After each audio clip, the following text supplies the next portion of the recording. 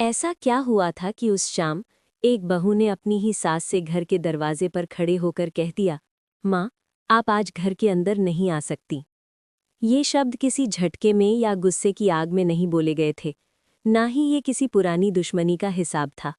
आवाज शांत थी, एक टूटे हुए बांध के बाद आई खामोशी सी शांत, पर इतनी ठंडी कि बूढ़ी सास के दिल की धड़कन एक पल के लिए रुक गई।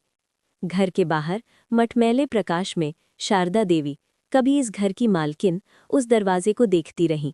वही दरवाज़ा जिसे उन्होंने 30 साल पहले अपने हाथों से चुना था, जिसकी लकड़ी पर उन्होंने अपनी खुशी और हुक्म दोनों की मुहर लगाई थी।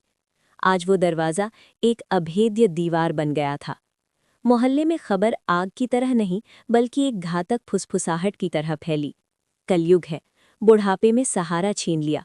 बहू ने साजिश करके सास को निकाला। हर जुबान पर एक ही सवाल था जो रात भर गूंजता रहा, आखिर ऐसा क्या हुआ था? पीछे छुपी एक लंबी चुप्पी। राधा, एक गांव की लड़की, जिसे उसके माता पिता ने संस्कार की एक ही परिभाषा सिखाई थी, चुप रहना और सहना ही तुम्हारा गहना है। जब वो पहली बार इस विशाल पर सख्त घर की दहलीज पर आई थी, तो उसका सिर केवल आशीर्वाद के लिए नहीं, बल्कि डर और अनिश्चितता से झुका हुआ था। हाथ में पूजा की थाली थी और दिल में एक भोली सी उम्मीद कि ये घर उसे अपना लेगा। शारदा देवी, घर की मालकिन, थीं तो अपने समय की पढ़ी लिखी, पर उनके नियम पत्थरों पर लिखे थे। उनकी आवाज़ में एक ऐसा सख्त अधिकार था कि बड़ा बेटा भी उनके सामने नजरें नहीं उठाता था। पहले 6 महीने सब ठीक था, एक नए रिश्ते की मीठी झिझक थी।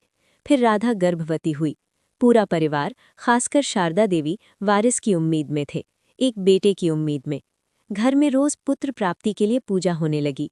जब मायके से तार आया, बेटी हुई है, तो जश्न नहीं, एक गहरा जहरीला सन्नाटा पूरे घर को निगल गया।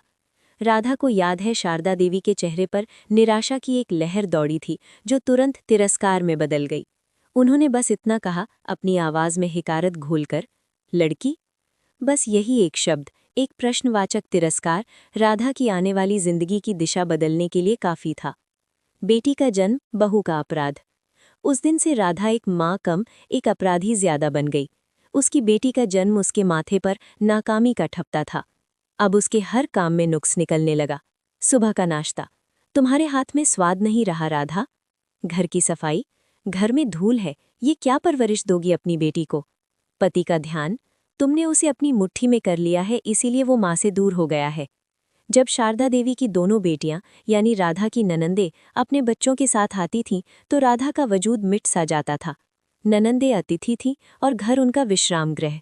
राधा को हर वक्त उनके सेवा में लगा रहना पड़ता। एक दिन बड़ी ननंद ने खाने की मेज पर हंसते हुए जहर में लिपटी एक बात कह दी, जो सबके सामने एक मजाक थी, पर राधा के दिल को चीर गई। भाभी, बेटी तो पराया धन होती है, पर तुम तो इस घर में भी पराई ही हो, हमेशा बाहर की ही रहोगी। राधा ने उस दिन भी कुछ नहीं कहा। वो ननद की थाली में रोटी डालती रही। उसने अपने आंसू उस रात तक के लिए बचा लिए थे, जब उसकी बेटी सो रही थी और वो तकिए में मुंह दबाकर रो सकती थी। चुप्पी ही उसका हथियार और उसका सबसे बड़ा दर्द बन चुकी थी। जब सास ताकतवर थी, तुम्हारा कोई हक नहीं। शारदा देवी वर्षों तक पूर्ण स्वास्थ्य और अधिकार की ऊंचाई पर थी। उनके फैसले अंतिम थे और उनकी बात काटने वाला कोई नहीं था। धीरे धीरे उन्होंने अपनी बचत, पैतृक जमीनें और सोने के गहने अपनी दोनों बेटियों के नाम करने शुरू कर दिए।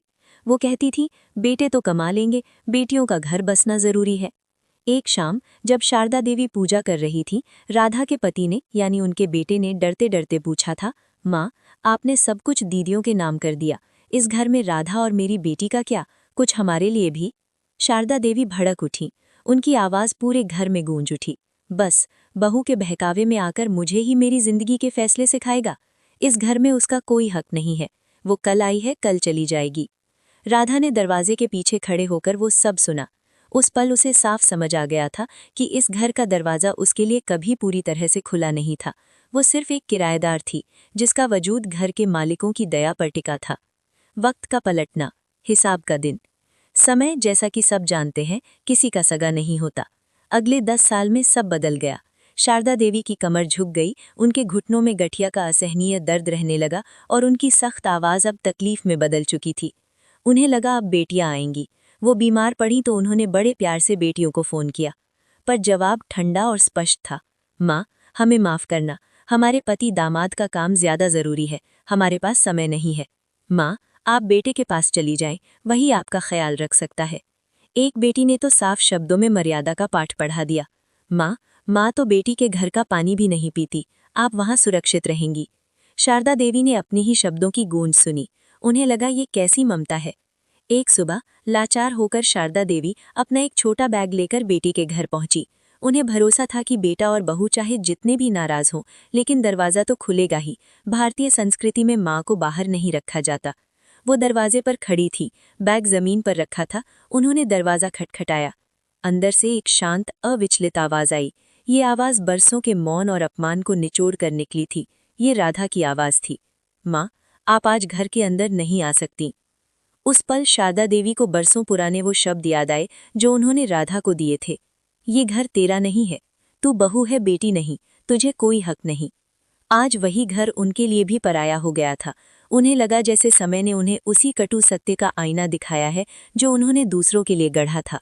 उन्हें पहली बार उस पराई होने के दर्द का एहसास हुआ जिसे राधा ने सालों सहा था। तो ऐसा क्या हुआ था? ऐसा ये हुआ था कि राधा ने सालों तक अपनी इंसानियत, अपना सम्मान और अपना वजूद इस घर की दहलीज पर गिरवी रखा था। उसने दरवाजे खुलने का इंतजार किया था, पर दरवाज़ा सख्ती से बंद रखा गया। और आज जब उसके पास देने के लिए कुछ नहीं बचा था, जब उसकी आत्मा थक चुकी थी, तब उसने केवल एक चीज़ दी। खामोशी से लिया गया एक अटल फैसला। समाज का फैसला और आखिरी सच। लोगों ने राधा को कठोर कहा, कलयुगी कहा। समाज ने एक तरफा फैसला सुनाया, पर किसी ने शारदा देवी से ये नहीं पूछा, जब बहू तड़पती थी, जब वो पराई थी, तब आपने उसे कितनी बार, कितने प्यार से अंदर आने दिया था? क्या आपने उसे कभी इस घर की मालिकिन बनने का अधिकार दिया था? राधा ने बदला नहीं लिया था, उसने सिर्फ अपनी टूट चुकी हदों और आत्मसम्मान के दायरे को पहचान लिया था। वो अब और खुद को गिरवी नहीं रख सकती थी। कभी कभी सवाल ये नहीं होता कि बहू ने सास को क्यों रोका, सवाल ये होता है कि सास ने बहू को इस अपने घर में कब अंदर आने दिया था। आपको ये कहानी कैसी लगी? कमेंट में ज़रूर बताइए। क्या बहू का फैसला सही था या सास को एक और मौका मिलना चाहिए था?